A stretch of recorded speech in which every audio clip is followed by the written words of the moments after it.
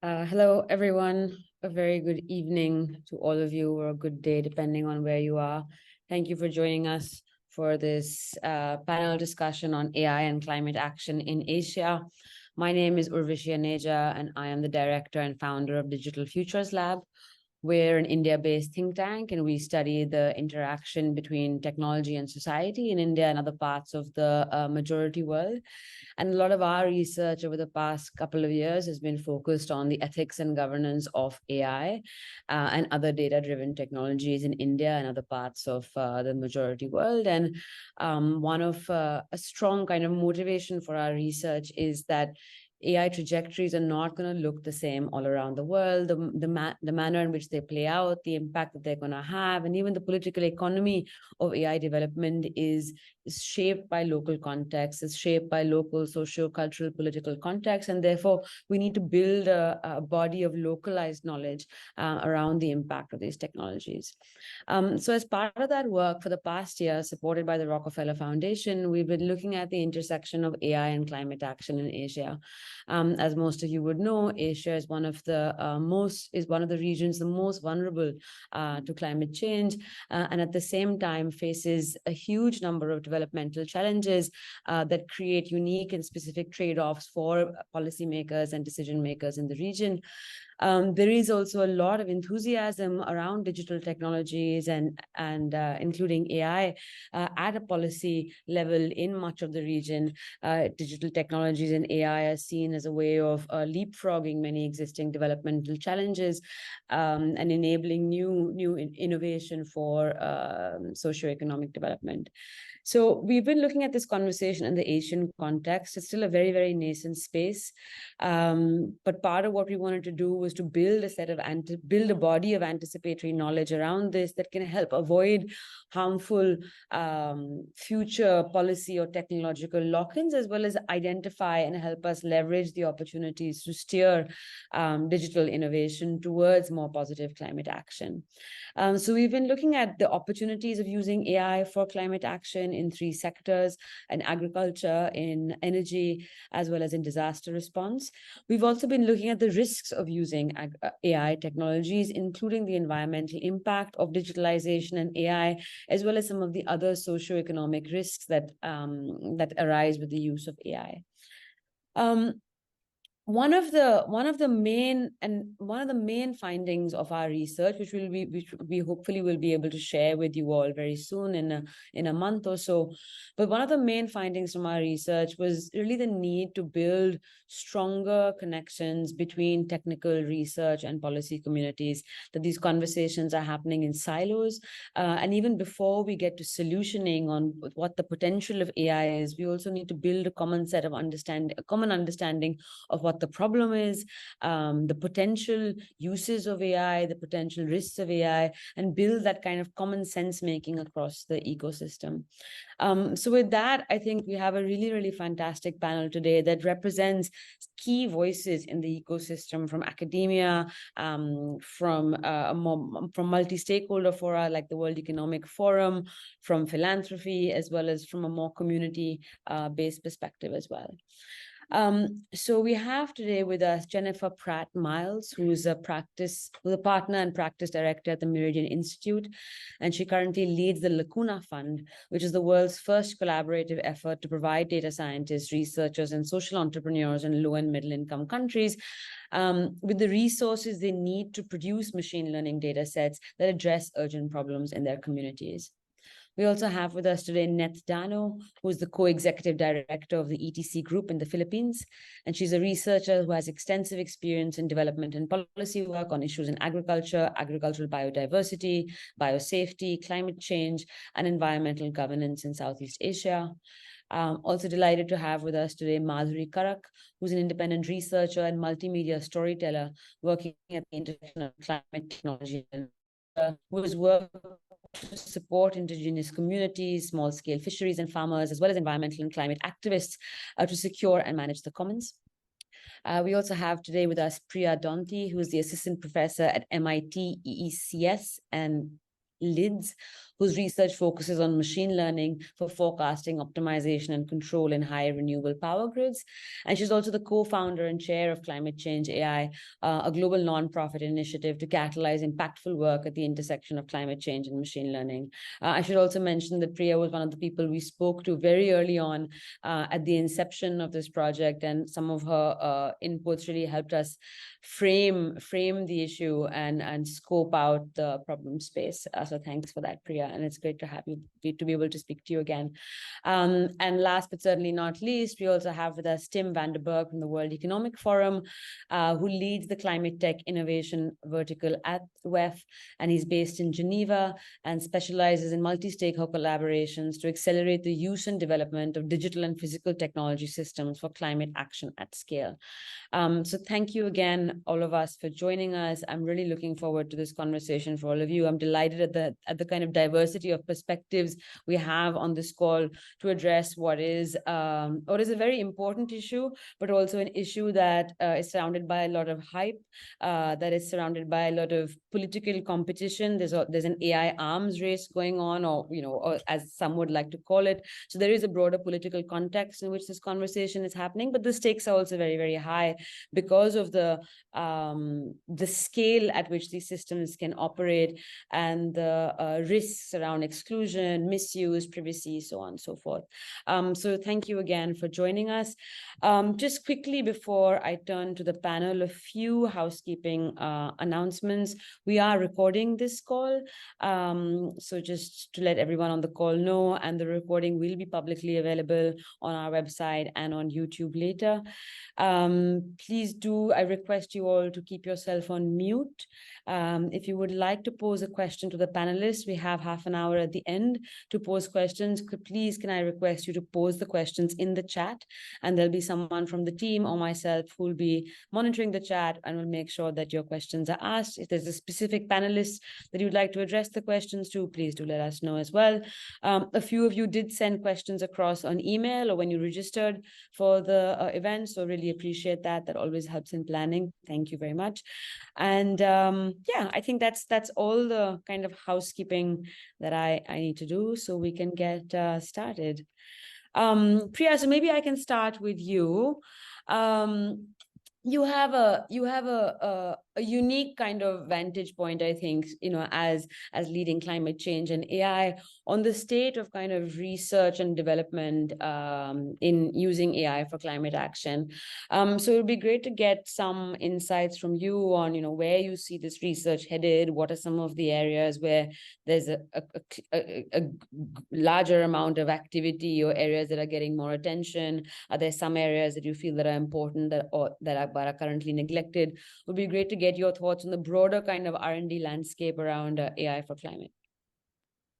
Yeah, thanks, Urvashi, and thanks for convening this panel of just awesome peers here. I love this. So in terms of where is it that AI and machine learning are being used for climate action, so we see a couple of, I would say, like recurring themes in how it's being used. So things like taking large amounts of raw data like satellite imagery and turning that into actionable insights like the locations of greenhouse gas emissions across the world, or the locations of solar panels, or pinpointing deforestation.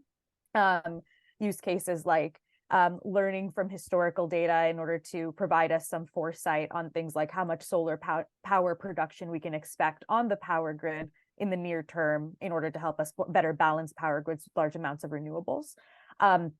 Places where we see machine learning help us to actually more effectively optimize complex systems. So things like heating and cooling systems in buildings, which make up about half of the emissions associated with buildings. Machine learning is used to actually more effectively kind of optimize those heating and cooling systems, given information about occupancy, about weather, about the performance of the building, in order to kind of maintain the thermal comfort of the building, say, while kind of reducing the emissions that are necessary to actually achieve that. And we also see applications of machine learning, not just for helping us better operate existing systems, but in helping accelerate scientific discovery of next generation clean technologies. So things like helping us discover batteries more quickly by analyzing the outcomes of past experiments to synthesize batteries, and then suggesting which type of battery you should try to synthesize next in the lab. So we see a lot of these kinds of applications that I'm really excited about. And in some sense, when people ask, where is there more coverage or less coverage, they often mean, which sectors are getting more attention in the climate space and which aren't. But I would argue that it's actually not necessarily a matter of which sectors are getting more attention, but which types of stakeholders within those sectors. So things like within agriculture, there's a lot of machine learning used for agricultural applications, ranging from precision agriculture to helping us forecast crop types to help with climate change adaptation. But disproportionately, it is kind of large scale farmers, often in the West, who have access to the funds that are necessary to engage in things like precision agriculture, and smallholder farmers, which make up, the vast majority of farmers in many parts of the world, are not necessarily benefiting from the technologies in the same way. And this is because of availability to finance, expertise, data capacity, and so forth. And it's also the case that different geographies are differently prioritized. So kind of geographies where there are actors who really have the capacity to clean up and store large amounts of data are getting prioritized over geographies that maybe don't always have that capability. And this shows in sort of the landscape of AI research and development more broadly, where you'll see a lot of the headlines being made by large tech companies like, Google, OpenAI, and so forth, where all of the techniques that are being developed hinge on being able to, for example, scrape large amounts of internet data, maintain that resource, analyze that with a very large scale model that takes a lot of computational resources to run, and then creates, insights. But the vast majority of AI and machine learning doesn't necessarily look like that. We're often dealing with messy data, missing data, low amounts of data, the need to integrate domain knowledge because we're dealing with physical systems or places where data has to be supplemented with supplemented or grounded in local expertise and knowledge. And so I think that there are ways in which, unfortunately, the kind of main tide of AI R&D is being driven by the needs and characteristics of a small number of actors. And using AI in general, and using AI for climate action really means, democratization, not just in terms of let's take our existing methods and paradigms and try to make them fit into other spaces, but really how do we rethink AI methods so that they are incorporating domain knowledge, they can work in places with low amounts of data, and really kind of ground up rethink how AI actually works in these contexts. Thanks, Priya. That was an amazing summary, I think, of the landscape, both in terms of like the opportunities, but also the risks of kind of climate injustice or exclusion as we kind of build out AI solutions, whether it's around data availability or then the financing to actually adopt those solutions. And I think both ends of that pipeline need to be taken into consideration. And very often we just focus on the application, but not the kind of data that goes into it, and also then the ability to be able to adopt it. Jennifer, maybe I can bring you in here, in terms of like the work that the Lacuna Fund is doing to build or provide communities with support to build kind of more localized data sets or more community-driven data sets that speak to their specific context. It sounds like a really fantastic initiative, and I think there's been one of the things that most people who've been working in this space really agree on is that we need better data. It's not that we need more data, it needs to be better data, better quality data. So I'd be really keen to know about, what that experience has been for you at the fund. What are the kind of initiatives that you see emerging in this space? What kind of potential do you see? And how do we scale something like this? We need, I think, many Lacuna funds to actually build the kind of data sets that we need for using AI for climate. Thanks so much for asking. As you alluded, the motivation for forming Lacuna Fund was the recognition that there are significant gaps in the data that's used to train and evaluate machine learning and AI models. And most of the data that is available currently comes from North America and Europe, and this means it's often missing really key information, or it's not representative of populations in Asia, Africa, and South America. And this can lead to biases and decreased accuracy. If the underlying data is missing information and entire populations or geographies are not represented, then the machine learning and AI tools have the potential to, quote, learn these biases, which of course can lead to harmful outcomes. One example of this is related to climate models. So a recent, a study from 2021 by Fletcher et al. Looked at using common reanalysis products for climate models and found that 3 out of 4 of them mischaracterized the relationship between rainfall, temperature, and malaria in southern Ecuador. And for example, one of the products suggested a negative association between malaria and rainfall, which we know is the opposite of what happens in reality. And so the problem is lack of local data, which leads to these inaccuracies, and it just really points to the need for local ground truth data, as well as unlocking data that may be available but that's just not currently accessible, as well as the need for individual experience data.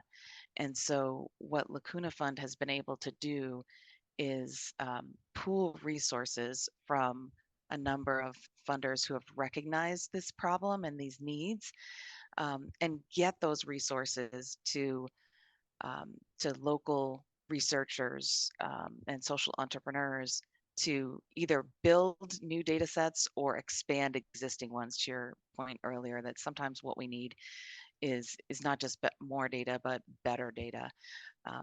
And so we're really excited. Lacuna Fund was co-founded in 2020 by the Rockefeller Foundation, Google.org, which is the philanthropic arm of Google, Canada's International Development Research Center, and the German Federal Agency for Economic Cooperation and Development through their Fair Forward program. And as I mentioned, it was to pool their resources to help fill these data gaps. And in 2022, this group was joined by the Wellcome Trust and announced the Inclusive Climate Datasets for AI initiative. And the outcome that we are really hoping to see is machine learning and AI that's more representative, more equitable, more accurate, and more accessible for everyone.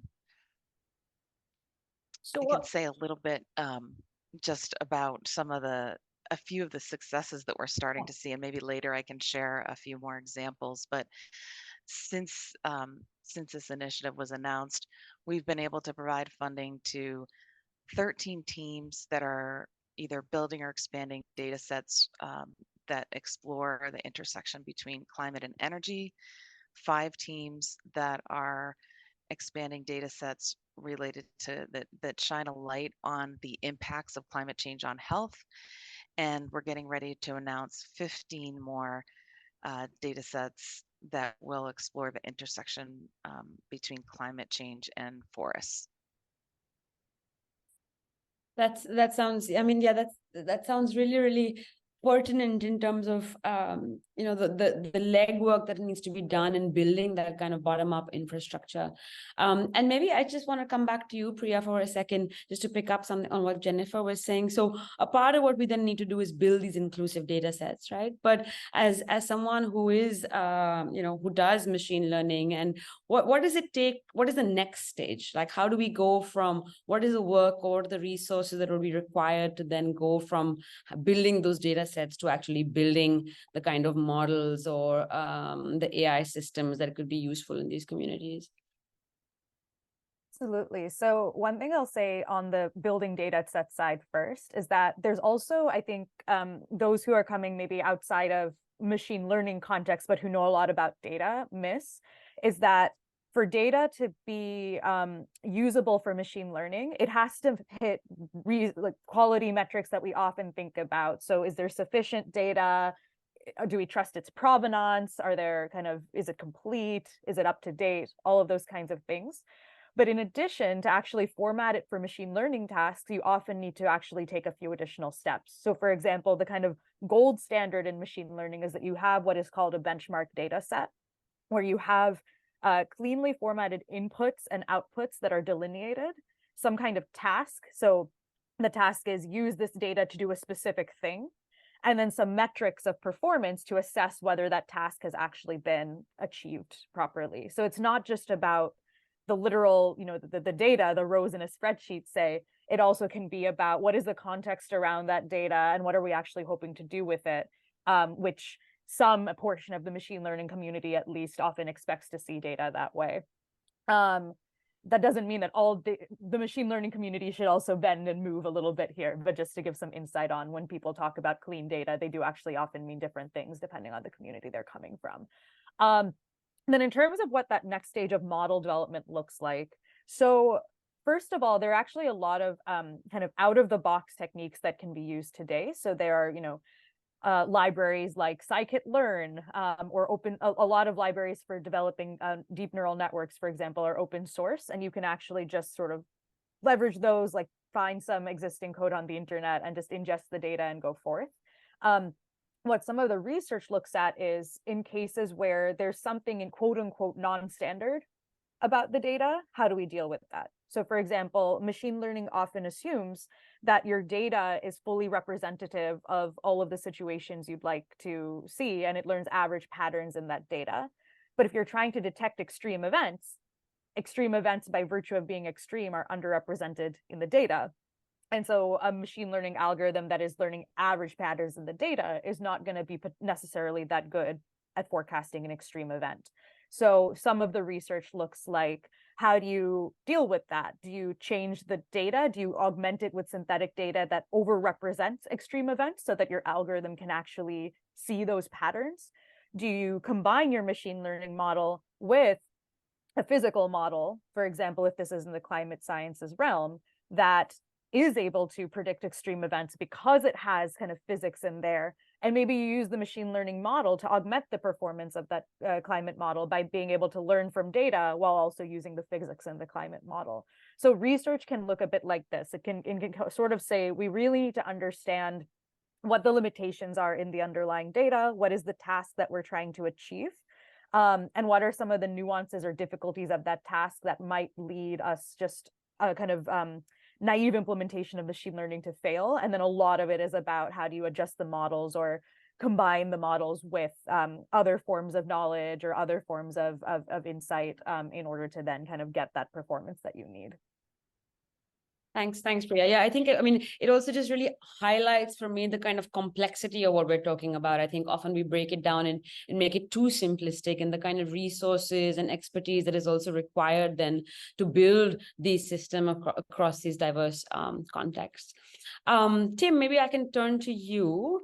So in some of your work, you've written about an innovation gap, right? That we see a lot of technology, a lot of climate tech, and now with AI, a lot of it focused on mitigation rather than adaptation solutions. So could you say a little bit about why you think that's the case, and also how we might bridge that gap? I think bridging that is particularly important when we're thinking about the Asian context and the communities most vulnerable to climate disasters. Yes, for sure. And first of all, thank you so much for pulling this panel together and inviting me. It's really a pleasure to be here today. And to your question, let me first give credit where credit is due. That work comes out of the World Bank. They've done a research that kind of like does an overtime assessment of seeing a doubling in tech innovation going towards mitigation and noting a stagnation of tech innovation going towards adaptation. And there's like numerous implications to that, right? For example, when you look at the emissions domain and using technology to measure emissions, to reduce emissions, et cetera, you see quite a mature technological solution landscape. And as a result of that, you also see quite a mature regulatory and policy landscape. And so then you see that those two start to catalyze each other, right? You see policies that push for the energy transition, that push for reporting on emissions, and thus you see a market that's being created and technology innovation following that market potential. Now, what's then problematic on the adaptation side is that we don't see that acceleration of technology. And what that means is, as we all know, AI is particularly well suited to understand complex natural systems, right? And what this means is that, in essence, means that there is a lack of actionable climate insights, granular climate insights, that can help us drive adaptation at scale. And this is, to your earlier point, especially problematic within, for example, the Asia context, which is like more disproportionately prone for the negative effects of climate change, right? So we see that if you look systemically, the tech development is really benefiting like industrial societies. A lot of those tech applications are developing support of their transition, but actually regions of the world that are more prone to climate adaptation or to climate change and have to have more solutions on climate adaptation are being left behind. And so I think if you want to address that gap from like the World Economic Forum perspective, you first have to raise awareness on it, right? Like that this gap is even there and that we need to do more multi-stakeholder collaborations to close this gap. And so in response of that, as some of this panel will also know, like Priya is involved in this work as well at the web, we've started work on tech-led climate adaptation, which started initially out as like AI for climate adaptation, recognizing that gap, doing an assessment of where are the gaps and opportunities and where can we drive multi-stakeholder collaborations to close that gap. And that work is continuing. We're publishing a paper on that at Davos that will provide that summary. It's kind of like the baseline report for that space. And so what I would like to say is like, let's be aware of that gap. Let's see how we can set up the right partnerships that bridge, so to say, the North-South divide that can lead to a transfer of knowledge and capabilities. And then let's start building out those coalitions. So one of the coalitions that we built out and supported that was FireAid, which was our work on leveraging AI for wildfire prediction and prevention, which was used in Turkey.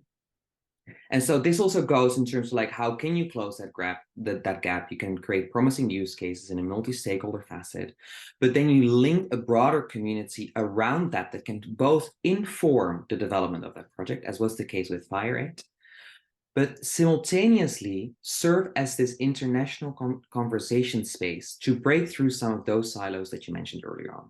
And so that's what we're working from the World Economic Forum perspective to try to close that gap.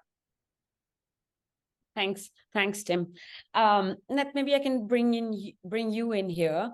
I mean, you work very closely in some of these spaces with some of these communities who are affected by climate disaster, with farming communities in agriculture, so on and so forth. And so I think you have a different kind of perspective or a vantage point on this conversation, and I'd love to get your kind of thoughts on this. I mean, we've seen in Asia rapid and digitalization over the past 10 years. We see a huge amount of kind of policy enthusiasm around digital technologies, a lot of investment in building open digital infrastructures, open data, so on and so forth. But what is all this meant in your experience, or what do you think this is likely to mean, given where you sit for marginalized communities and those most affected by climate disaster? We've already heard of some of the challenges, but in some sense, how do these challenges actually manifest themselves into real world impacts, and what's at stake?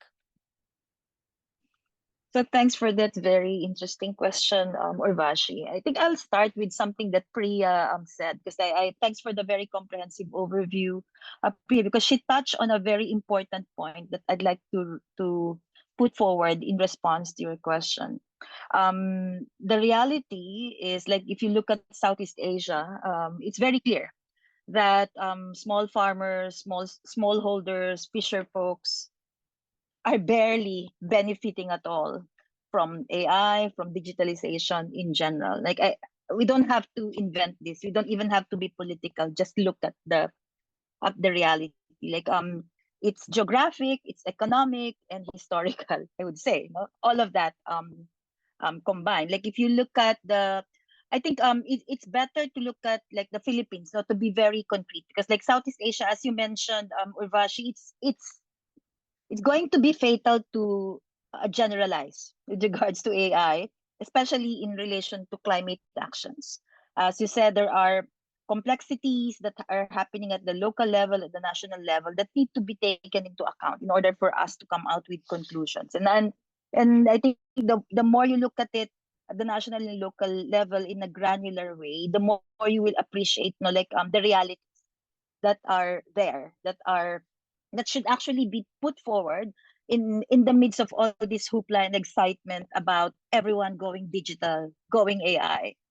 So I think it would be good to look at the Philippines, no, as an example, where the level of poverty, poverty incidence at the national level is like 18.1%. But if you look at the rural area, it's actually almost double. It's about 31% at the rural area. And then you look at connectivity, reality check. Like the urban connectivity is something like 43%. Like if you look at connectivity translated into like who's participating in TikTok and Facebook, it's just off the charts for urban areas, no, in the Philippines. But look at rural areas, like barely half of that in terms of connectivity.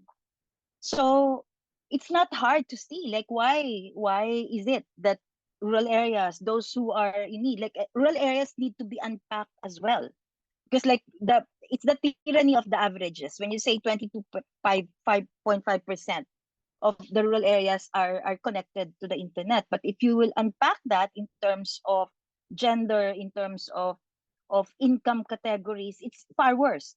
And we're talking here of those who are left behind, those who are heavily impacted by extreme weather events and by climate change, the climate crisis, those who don't have the means and who are marginalized in terms of access to resources and also access to basic services. So it's far worse. It's just that statistics don't capture that. So like if you look at the reality, like those who are in far more need than anyone, those who are impacted by the climate crisis barely have any access to digitalization. I'm just talking of digitalization in the form of use of smartphones. Not even like, okay, you may call that AI, but barely have anyone has that. Like even here in Davao, a huge city with very diverse, no, like in terms of the population profile and also economic standing. Like you go to the highlands, you have access to the internet up to the highways, but you go like 1 kilometer down in the valley or interiors, there's none. Like you really have to go to the highways to be able to provide to access the internet. Like translate that into farmers who would have benefited from the information to advise them on climate, to advise them in terms of the status of some drought or how El Nino is going to impact agriculture. And you have a reality where farmers don't even have access to that information that's made available through the internet. And we have a proliferation of apps, of all these digital programs left and right by the Department of Agriculture. But how much of that is actually reaching those who are in need, those who are heavily impacted by the climate crisis, is a big question mark. No, this morning I was in a farmers meeting up to noontime, and at lunch we were actually discussing this question exactly. Like they said that there's one program developed by the Ministry of Agriculture together with ERI PRISM, which is considered a model for Southeast Asia in terms of advising farmers on like meteorological information that are relevant to decision making in agriculture. But they said, but who's availing of that? That's not even made available to farmers in a language that is accessible to them, not in a language that is that they can understand, like in a basic form that would have very concrete implication on what they do at the farm level. So if we're talking of AI, it's not that AI will even like whatever information generated or processed through AI will be immediately relevant to those who need it. Like there are interventions that should come in. Like this is where extension programs, this is where education awareness program, I think Tim mentioned that. And to me, this is happening in an era where agricultural extension is a bygone concept. Like barely any country in Southeast Asia has invested on agricultural extension. Like there seems to be this assumption that AI or digitalization will supplant agricultural extension, which is not going to happen. if you don't have infrastructure, if you don't have education, if you cannot close the development gap, the development divide, then there's no way you can close the internet or connectivity divide. So I think we have to go to the fundamentals. Like some people would say it's a chicken and egg between the development divide and the internet divide, the digital divide. No, it's not. It's very clear that you have to address the digital divide for you to be able to make any difference, if no matter what kind of bridge you establish there in closing the digital divide between gender, between rural and urban areas, and across economic categories. Lastly, there's one thing that Priya mentioned that to me is very, very extremely important when it comes to making AI relevant at all or useful at all for those who are heavily impacted by the climate crisis. I think it's this issue about like how does AI or how all of these models or even basic digitalization tools are actually capturing the reality that when you go into the local level on how extreme weather events are actually impacting agriculture on the ground, you're not just talking about meteorological information, but how this meteorological information are actually interacting with realities such as geohazards. No, geohazards, vulnerability of communities. And when it comes to vulnerability, you cannot just reduce it to economic vulnerability. No, it's actually far more complex than that. Like there are actually interventions made by governments and the private sector that actually contribute to worsening vulnerabilities. Like when you like here in Davao, they built a massive, very expensive coastal road, which actually was not surprised, aggravated flooding in some areas. And that was an issue raised at the beginning. So does any of this model capture that? Like definitely none of the models that I know that exist that are being promoted by the government and by startups. And those are the things that matter because like when you're talking of extreme weather events like El Nino, we are actually at the beginning of El Nino. It's really, really bad. No, La Nina was bad because it made the weather pattern in the Philippines not just between dry and wet, but wet and wetter. Now it's going to be worse and worse because with El Nino. But and does any of those models capture the interaction, the dangerous intersection between geohazards, vulnerabilities, and extreme climate events? So I think those are the things that matter. And as I mentioned earlier, like you may have the information, you may capture all that, but conveying the information and how it matters in people's lives, how can they connect their realities with regards to the technical information provided by meteorologists and data scientists is actually the bottom line when you get into how all of this are going to impact communities that are severely impacted by the climate crisis. Yeah. So I hope that clarifies. Yeah, thank you, Neth. I think those were a really powerful set of remarks and very kind of grounding to the realities and the kind of context of the Asian region. And I would love to kind of get, Priya, your responses and Tim, but maybe before that, it would be great to hear from you, Madhuri. I mean, you're a researcher, you're also a strategist, you're also an activist, and you work very closely with communities. I'd love to hear a little bit about your experiences or the stories that you have seen of communities being able to use data or use kind of more bottom-up innovation processes to address some of their concerns. And maybe in that, if you'd like to also just comment on, I think something that Neth was also alluding to, right? On like what counts as valid data, what constitutes data, and who gets to kind of frame what counts as knowledge in this space. So it'd be great to hear some of your insights on this.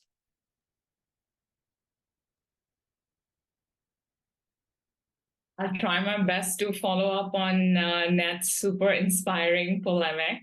But yeah, thank you, Urvashi and the Digital Futures Lab folks for inviting me to be a part of this conversation. I think I'll preface anything I say by, first noting for us that if you look at, what we're discussing from a historical perspective, who was first collecting data about whom, right? It was states, it was governments, and data was always being collected about communities. Why?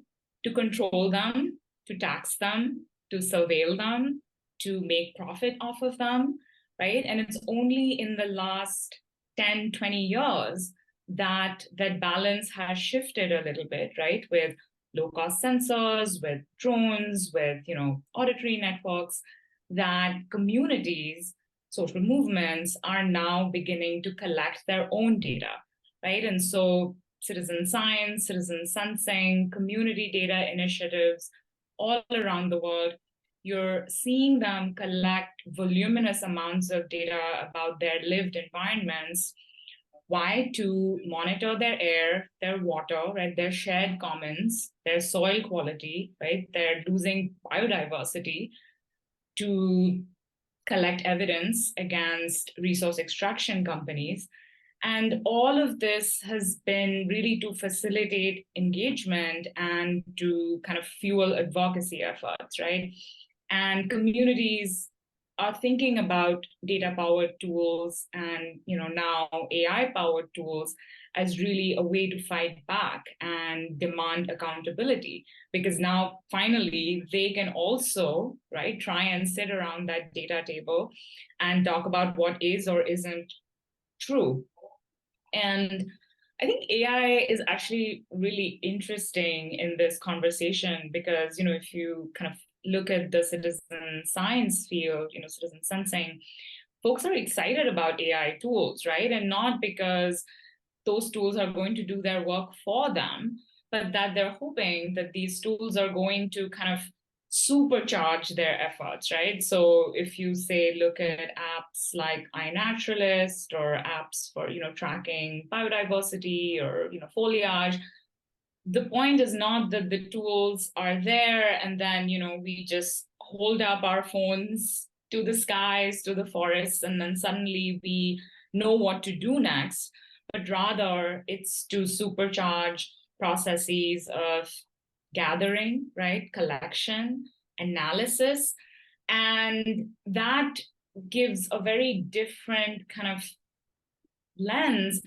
to, for example, how predictive analytics folks are talking about AI tools, right? Because more often than not, those tools are for profit, right? The reason why predictive analytics is so big in ag is because they're all fronted by for-profit agribusinesses, right? Smallholders are not necessarily queuing up to kind of, get a part of predictive analytics AI tools.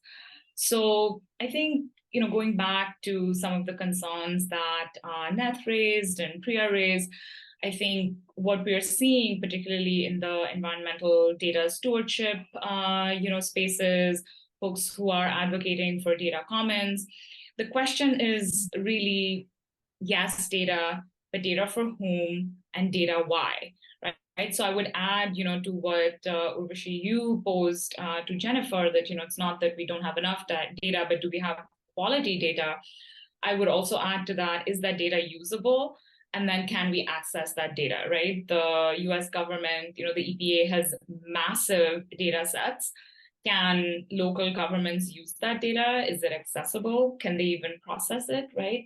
So being really mindful about, taking a community first approach to, how we move forward in this very generative, exciting, open-ended AI for climate action is, I think, something we are thinking about constantly, both myself, but also at the Open Environmental Data Project, because I think constantly asking ourselves those questions will help us really serve the communities and serve the planet. Thanks, Madhuri. Again, I think a bunch of really useful and provocative statements. So thanks for that. I mean, I'm hearing kind of two or three strands from what the five of you were saying. One of them seems to be around the kind of dominance of commercial interests in this space, or the risk of the commercialization of this space. And I was wondering, Tim, if you had any thoughts on this. I mean, what does it take to kind of realign incentives?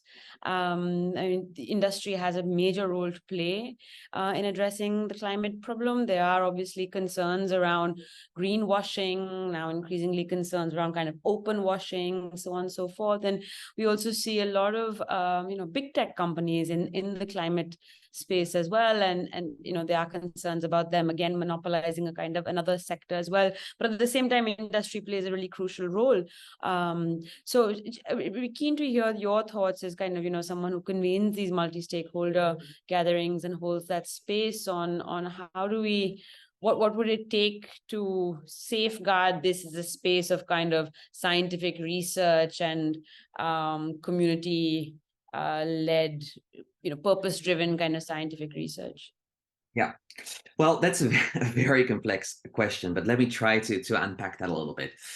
I think we need to work towards what we call pre-competitive collaboration spaces, where both stakeholder groups, might it be large organizations, might it be civil society groups, can come together and learn and take away the lessons from tech development that might be applicable for their own context, right? Because we need to have that crossover between working with very large data sets to very complex AI models that organizations like Google can do versus developing more simplistic models that might be more suited for a local governmental context, right? So I think that is one, like recognize that both are there.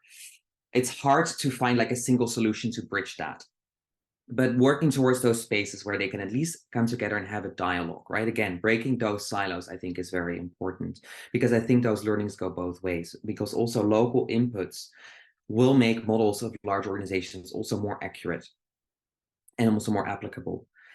But then, having said that, because of the task at hand and because of the skill that we need to address here, we do need to also understand like where are the major levers of change, so to say, right? And I would say, maybe this is a bit controversial, for that you need these large organizations. You need them to understand that they have a responsibility for their entire value chain, not just for their own commercial interests, and that they put behind their technological capabilities to drive some of these tech developments, to actually make sure that the tech development goes at a pace that meets the critical timeline that we are on right now when it comes to climate change, right? And so what we are working towards in that space is very much towards a merger of economic logic and climate logic, saying that if you are climate adherent, so to say, working towards a climate positive future as a company, you also be a successful long-term company, right? So let's not see these risks, climate risks, as like a threat or something that we can dig our head in the sand, but actually see it as a business opportunity. And you see that happening everywhere, right? Like Google stepping into the energy transition because they understand that if they fine-tune these solutions, that there's going to be a massive market for them. I think climate intelligence is going to be a very big market, and as such, also a very huge driving force of innovation. But my question also to the group is, how do you then ensure that as those market forces take over and drive the development, how do you keep that open, again, that also marginalized communities can drive learnings from it in their own solution development? I see, Priya, you've raised your hand. Yeah, no, thanks, Tim. Yeah, I mean, I definitely I concur with the perspective that we will need kind of, for example, existing solutions providers to be a part of this narrative. My challenge here, though, is that when solutions providers provide not just solutions, but thought leadership that drives the space, that thought leadership will be provided in a way that consolidates power rather than sort of democratizing expertise or growing the pie. So there's an extent to which, for example, working on AI for climate problems, in particular geographic or sectoral contexts, requires nuanced understanding of those contexts and technology development from the ground up that really takes into account the kind of nuances of that context rather than just the importing of technology that has been developed elsewhere. And the case that, solutions providers that disproportionately are anchored in certain contexts and with certain expertise are not always going to be the ones who can best provide that. And in addition, if there's really a risk of lock-in and capture here, where, for example, you see many city governments that are kind of getting data services and algorithmic services from large tech companies. And if they decide that, over time they would, like to switch providers, or, maybe the provider is subjecting them to high costs, this is actually a very hard leap to make. So this is not to say, again, that we really do need sort of all the tools and strength and organizations that we have to really come to play, but how do we make sure that this is being done in a way that democratizes power and expertise rather than consolidating it? And so I think that various things like governments, for example, can incentivize a diverse ecosystem of solutions providers to crop up trusted knowledge partners. Governments can also provide assessment services. So I think right now, impact assessment, for example, of these technologies and workflows is both methodologically difficult. There's some difficulties even in figuring out how to impact assess, but then also you often don't have neutral third parties who can really come in and also do ethics assessment and such in these contexts. So I think that this is something that can be provided. And also interoperability standards are really important here, such that if one solutions provider provides some kind of solution, there almost needs to be a guarantee that another solutions provider could kind of drop in and with very little effort sort of provide that same data hosting, those same algorithmic services, because the structure of how they're provided is not so tied to the original solutions provider that itself is forming like a aspect of lock-in. So basically, I think everyone needs to come to the table, but thought leadership and capacity needs to be driven very democratically, as opposed to being driven by entities that already happen to be in the space. Thanks, Priya. Yeah, totally. I think agree with what you're saying, particularly on the capacity point, that it's not going to happen on its own, and just leaving it to the market won't let it happen, won't make it happen either. Jennifer, you had your hand up. Yes, thanks.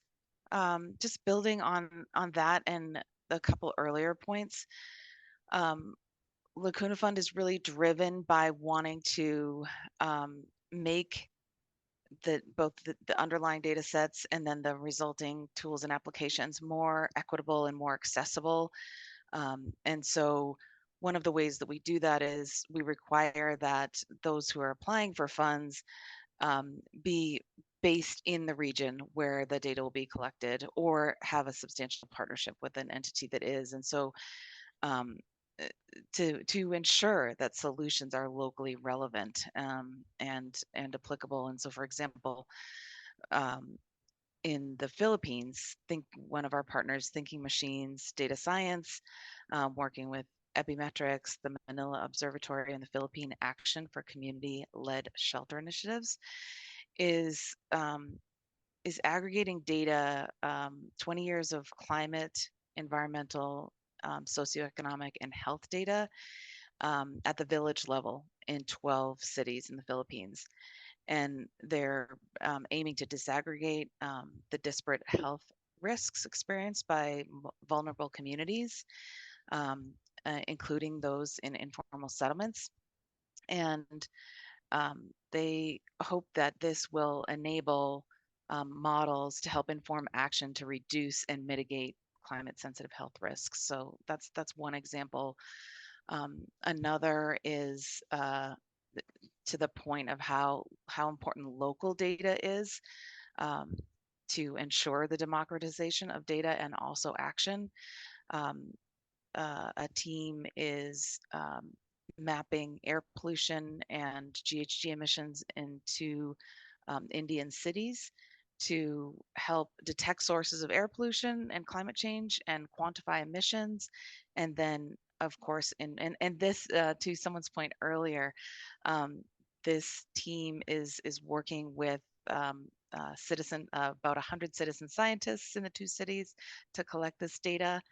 And then they'll be working on models to support the community of data scientists in collaboration with UNDP's research partners to help inform climate action.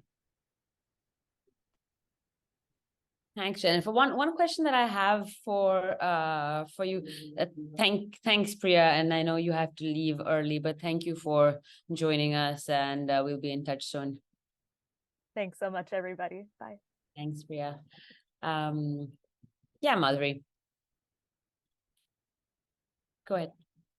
Yeah, I mean, this might be, a bit of a detour, but, I did want to surface this since, we haven't really explicitly talked about it yet, which is that, AI for climate should not preclude us from also talking about the climate impacts of AI itself, right? That the tools that we are using to tackle planetary crisis should not mean that we, dig ourselves deeper into creating systems of, analysis, solutioning that are in fact not sustainable themselves. And so I know Priya is not with us as the kind of scientist in the room, but I'd be curious to maybe hear from Jennifer and others how, we're kind of, going to thread the needle on that one. Thank you. That was exactly the question I was going to pose to the panelists. So you saved me that effort. Thanks. I'm wondering if anyone wants to take that. Neth, I see you have your hand up.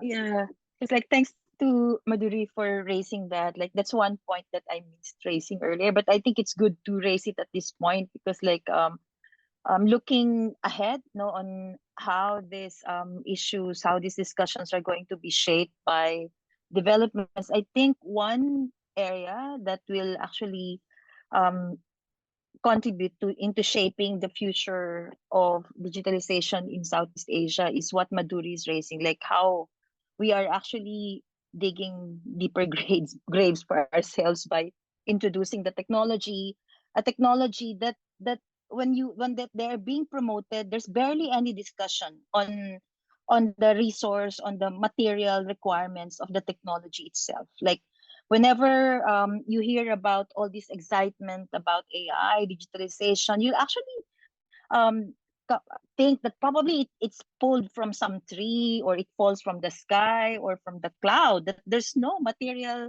footprints, no climate footprints, to be specific. And I think in this region, that's going to be felt because this is one physical arena of the race that you're talking about earlier, Ubashi, the AI race. And you're talking of countries like Singapore, for example, where there's actually exponential requirement for data, and you're talking of data centers that are energy hungry, water hungry, and all the whole chain, the whole value chain of digitalization is actually so very resource hungry. Like talk about chips, no? And I think Taiwan as an example, like it's East Asia but struggling there up there in our heads in the Philippines. Like it's a very clear example. You have the biggest chip makers, not Taiwan Semiconductor Company, which is the biggest employer and also the most important politically. Like when there was this drought in 2021 that hit Taiwan badly, like the government actually chose the need of TSMCI for water and sacrificing 182,000 hectares of agricultural lands just for TSMCI to use that much fresh water to produce chips. Because you all know, like the silicon wafers would need all this ultra pure water. And when you talk of ultra pure water, that requires energy. And nobody's talking about that. And like Madhuri was talking about like activities that are involved that to enable digitalization to happen. And I think one clear example, of course, is the new excitement about nickel mining in Southeast Asia.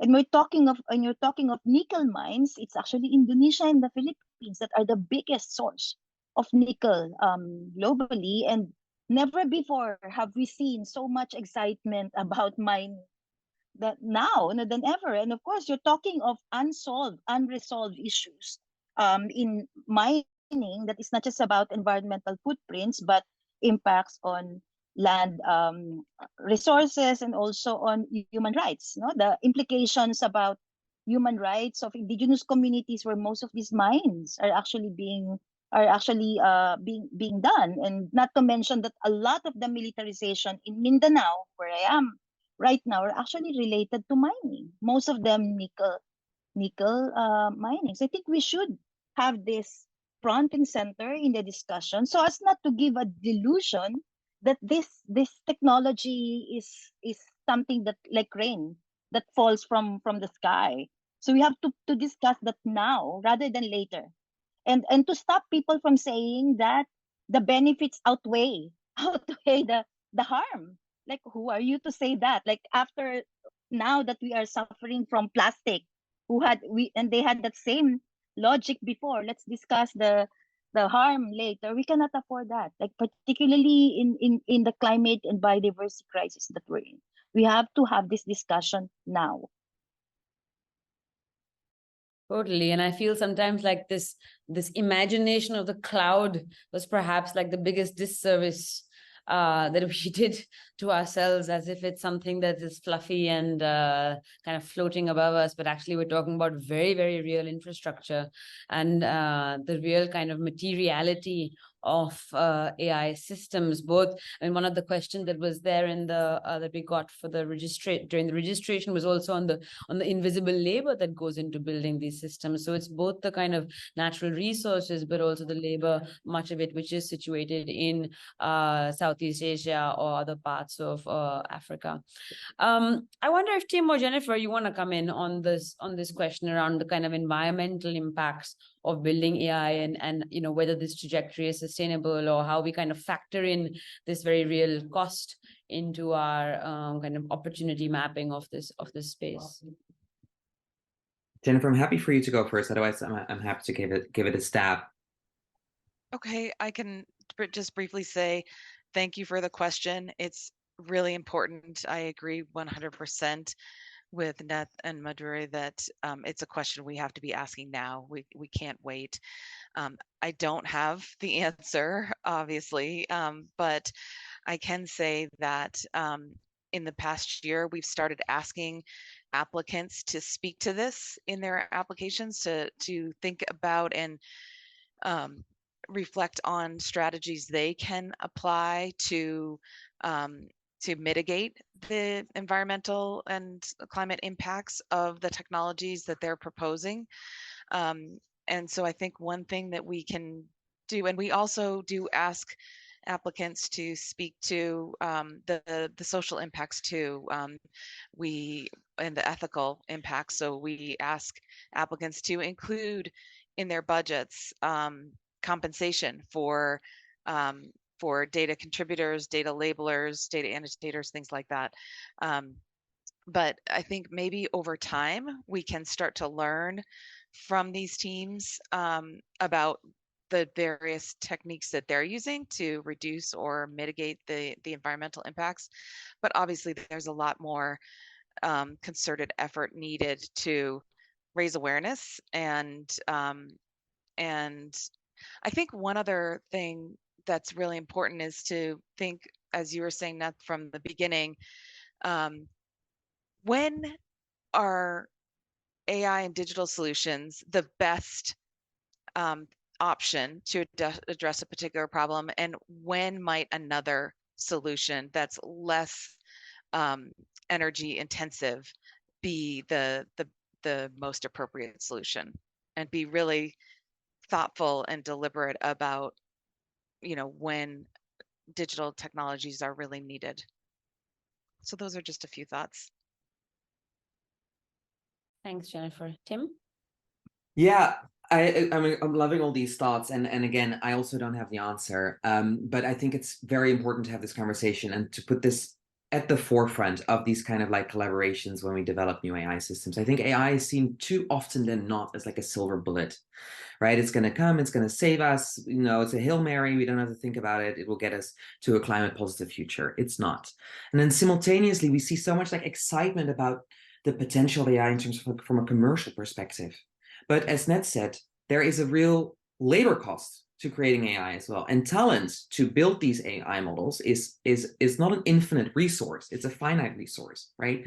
So as we are at the cusp of our systems transitioning to AI systems, how do we collectively ensure that a lot of this talent that steps into the AI development space also looks at, you know, how to develop AI systems that have a lower climate footprint, how to actually leverage AI to look for more sustainable materials, things like that. We also need to understand that from a systems perspective, it's not going to come falling out of the air. People need to be developing these models.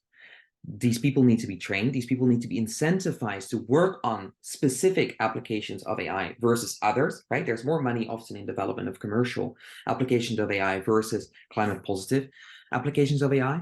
So I think that is very important to keep in mind. And I like Jennifer's point, almost kind of like, okay, we need to put it as a prerequisite of applying to things like Lacuna Fund or to like international collaboration projects like Priya hosts on climate change AI, that the talent that steps into the space keeps that in mind. And I think we have a responsibility to kind of like create those stage gates, so to say, to help nudge the ecosystem, if you were, into a direction that is more environmentally friendly.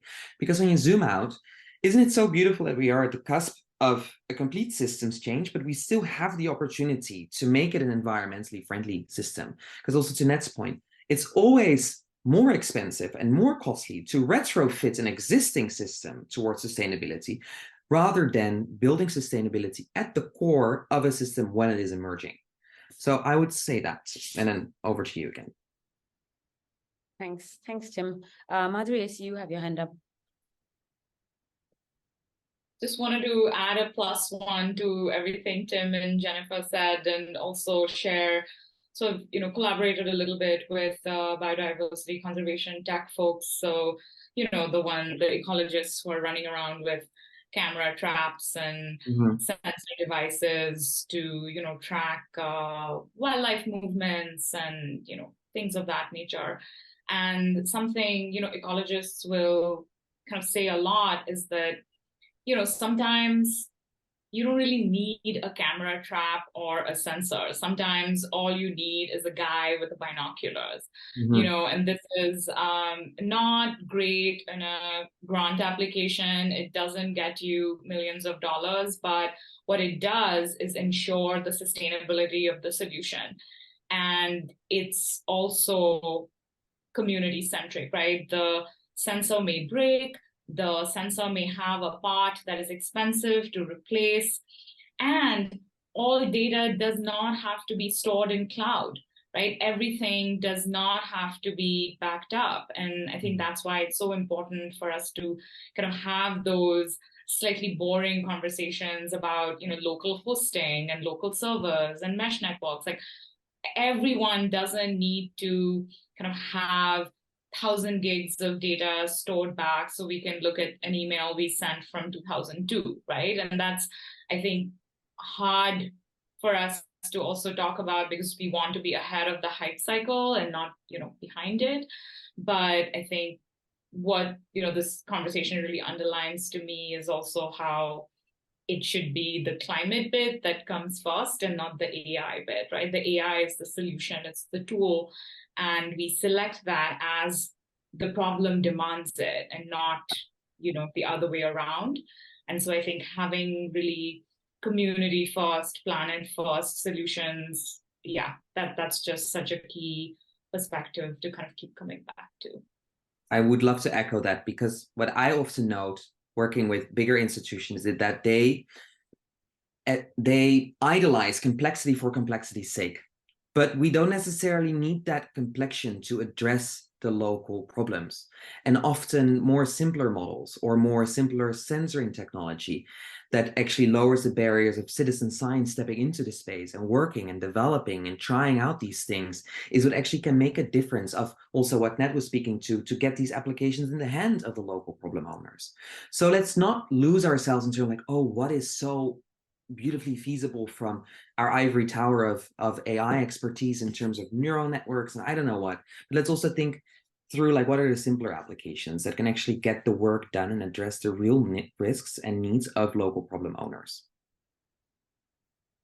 Yeah, that's really well put, Tim. I mean, I couldn't agree more with what you both are saying. And I also wonder about when we say that, we want greener digital infrastructure, or we want to ensure that we're accounting for the impact of AI on climate change, whether it's enough to kind of look at it in this siloed sense, whether we'll actually have to look at the entire kind of political economy of AI production and development, where one in which the collection and storage of data is considered to be of immense value for a future kind of promise of building some AI solution around it, which I think is, speaks to what you were saying, Madhuri. Like these are some really basic kind of decisions we'll have to wind back and take a much kind of broader system view if we're going to kind of direct this towards a more sustainable trajectory.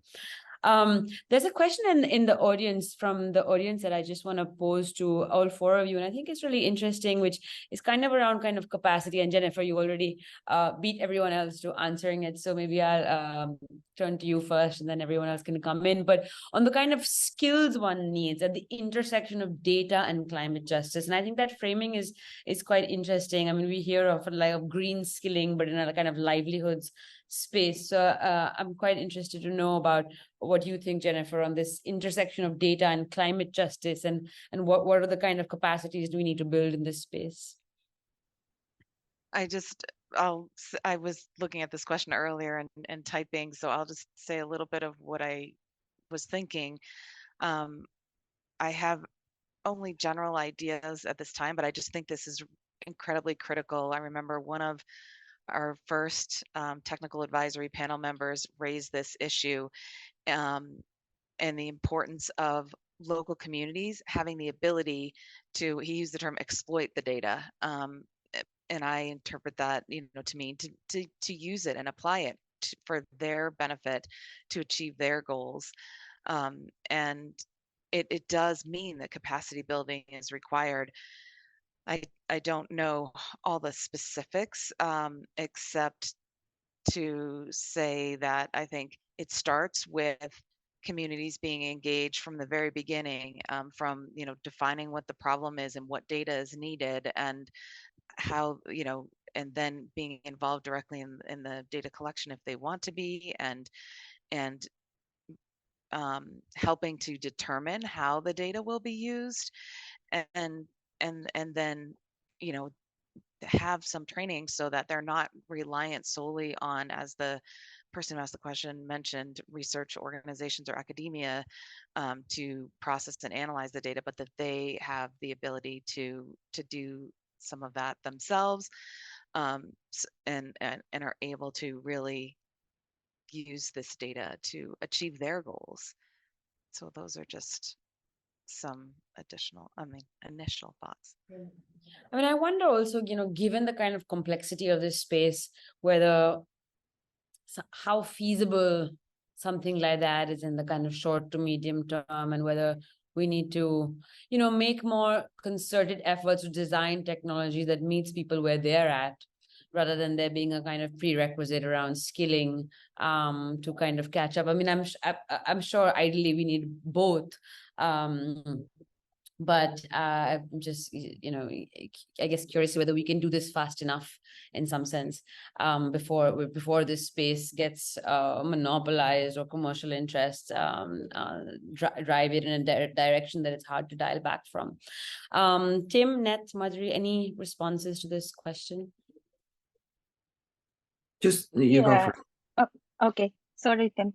I think just adding to what Jennifer said on skilling, I think part of skilling should be to be able to provide options in terms of solutions. No, not just to come up with an answer. Like whenever we are in discussions like this, when they say that digitalization is the answer, we always ask, what is the question? Why are you saying that this is the answer? So I think we have to go back to the question, and that is what Jennifer is practically saying. Like you go back to the community for them to define the problem based on their situations and lived realities. No, that's very important, and of course providing options that before you even provide the answer, it should be like the possible answers. No? Like whether they're going to take which one is based on their lived reality as well. And to us, I think it's coming from that discussion this morning, which is basically about this. Like there's been a lot of discussions about empowering communities, and to me, the principle behind skilling should be empowering people, no, not just providing them with skills, but making them realize that they have this capacity that they can use to address their situation. That is power.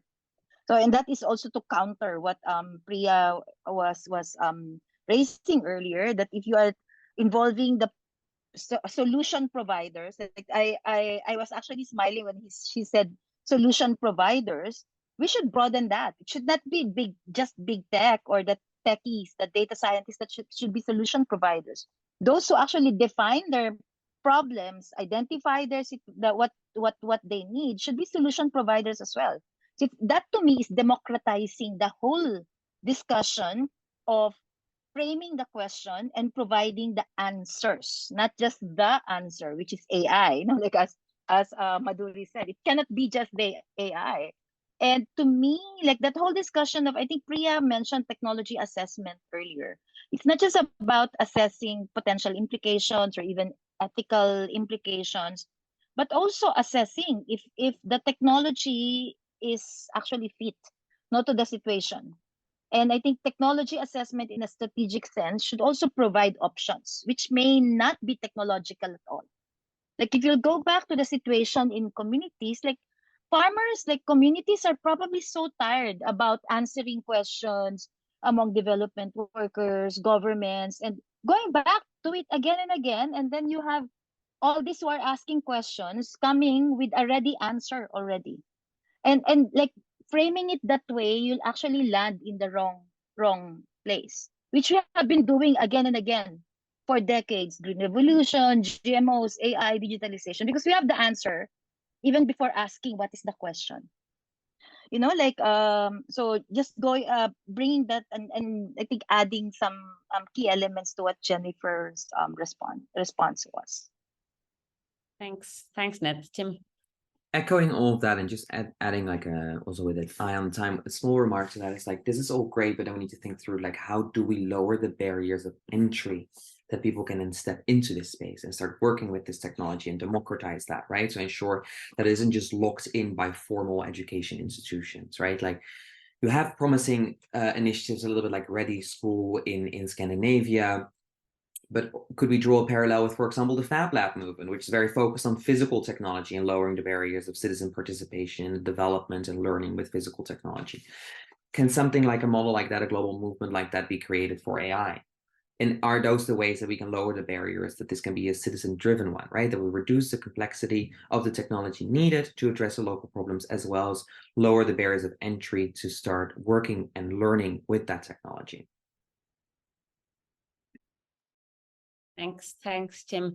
And thanks, Yomi, also for your point around, I think, the important role of women's groups in this conversation. I think that hasn't come up so far. So thank you for putting that on our radar. Madhuri, there's a question for you from Anirudh on that there's often a lot of distrust from data that is generated bottom up. And often it makes it easy for states to often dismiss that evidence. And how do we solve that kind of data mistrust problem as we build AI and climate? And I think that speaks to the points that all the rest of you were making as well, that we can build these communities and we can empower them to build these data sets, but still we still need systems or paradigms where that knowledge or that data is counted as legitimate.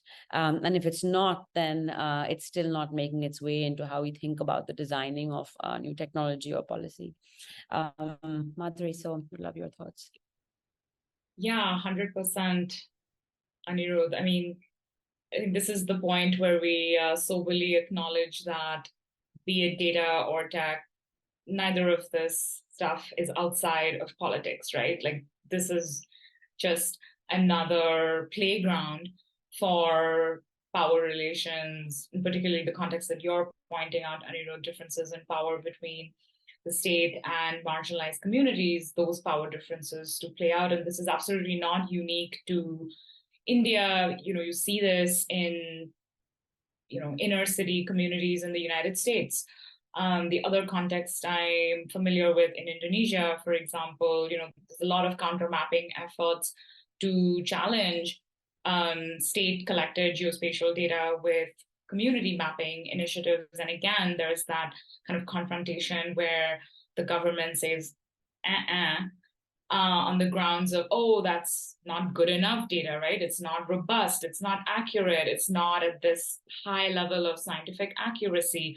In the US, you have governments challenge fence line data collected by Black communities who are contesting, particulate levels in the air. So going to court, fighting air pollution, challenging extraction companies for having, polluted and compromise the health of sensitive populations and children. And you see this kind of over and over again all over the world.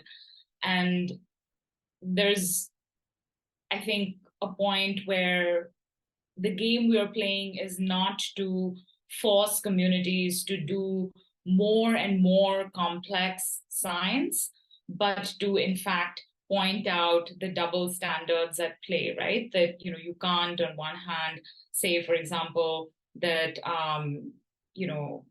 a more economically affluent neighborhood has X air quality, but a marginal community has Y air quality. What is that discrepancy, right? So in Indonesia, particularly, I'm seeing initiatives where, they're saying this isn't even about proving that harm has been done, but that accountability must be solved. And so I think, we as communities, as, the mobilizing efforts that we are engaged in our parts of the world, have to acknowledge those power differences and then see where our tech-driven tools fit into that.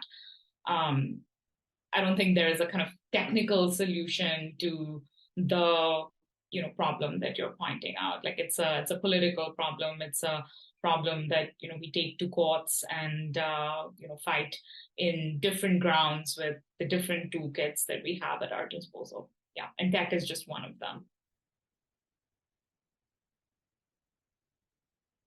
Thanks, Madhuri. I think that's all the questions that we have from the chat as well, and we're almost at the hour. So maybe just back to all of you, if any kind of closing remarks, perhaps a recommendation or two for policymakers or development philanthropy, both who are actively investing in this space or technologists who are also driving some of this agenda. And maybe Jennifer, we start with you, and then Neth, Madhuri, and then Tim, I'll give you the last word. First, thanks so much, Urvashi, for the invitation to participate in this panel. It's been a great discussion. I think my two thoughts or recommendations are to policymakers and others who are using data are along the lines of this conversation. First, think about, do you need a digital solution or AI, or is there a less energy intensive solution that would meet your needs? And secondly, if you are using a digital solution or AI, make sure you look at the underlying data that's fueling those tools to make sure that data is representative of the affected populations and regions, so that you get good information out of those tools. Thanks, Jennifer. Yeah, thank you, Urvashi, and thanks to DFL for organizing this discussion. I actually learned a lot, so it's an honor to be in this engagement. I also have two points. First, is that I think any attempts, any effort to push for AI or digitalization should take into account the reality that AI, like I think Tim mentioned, that AI will not make all the existing problems go away.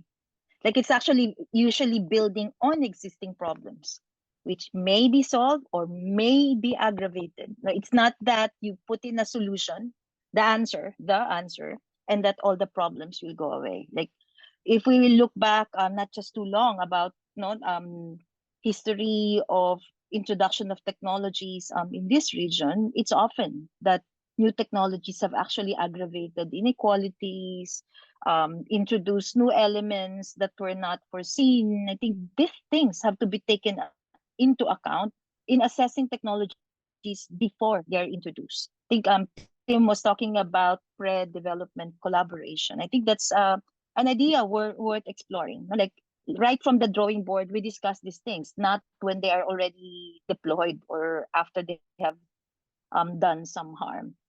The second is like really all the discussions about digitalization can only be complete if we actually put at the front and center the resource footprints, no, the climate footprints that are involved in making and enabling this technology to happen.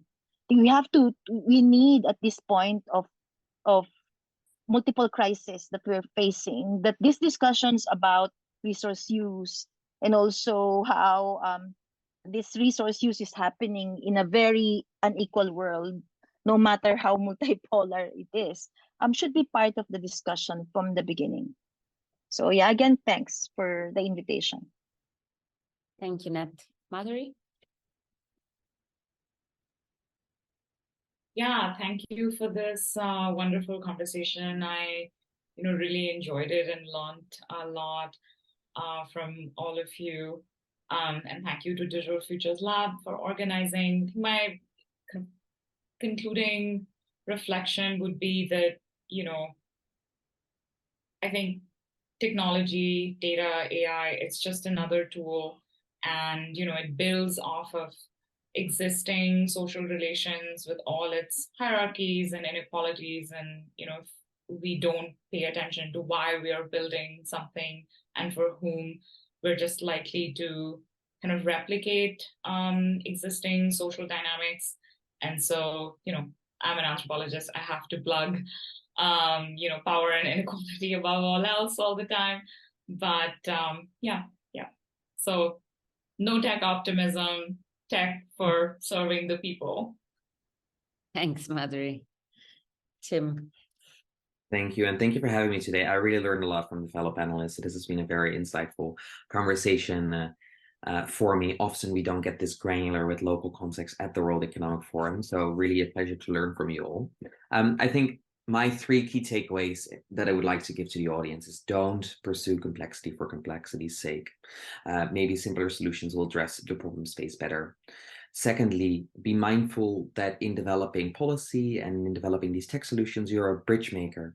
So make sure that you try to develop solutions that close the gap between the climate problem space, the tech capabilities that are brought into the development of that solution, and then actually the local problem owners that you are trying to empower. Because only if you keep those three in mind, you actually develop solutions that will hit the mark. And then lastly, a call to be humble. Like, let's be self-critical when we reflect, when we develop these AIs. Be self-critical, self-assessment is so important. As we have agreed today, AI is not a silver bullet. So let's also not lose ourselves as practitioners in this field in that. And let's be critical as we work towards AI solutions for climate. Super. Thank you. Thank you all for being part of this conversation. I think it's, I was just reflecting while you were talking that we've actually covered an enormous amount of breadth in the past 90 minutes, starting from, the ways in which we can use AI in terms of mapping complex systems, optimizing existing systems, pushing new R&D, but at the same time needing to kind of situate that application both in the context of the resources, the types of data that are going into building it, and then on the other end on whether there are actually the finances and the capacities to be actually able to use them, and how those benefits how the benefits and harms are distributed across communities, and then situating that whole question in a broader kind of question, I think, around what is appropriate technology design and who should be defining that appropriate technology design. So thank you all very much. I learned a lot, and I hope we can continue this conversation, and this is only the beginning of more such engagement on this topic. Thank you, and thank you.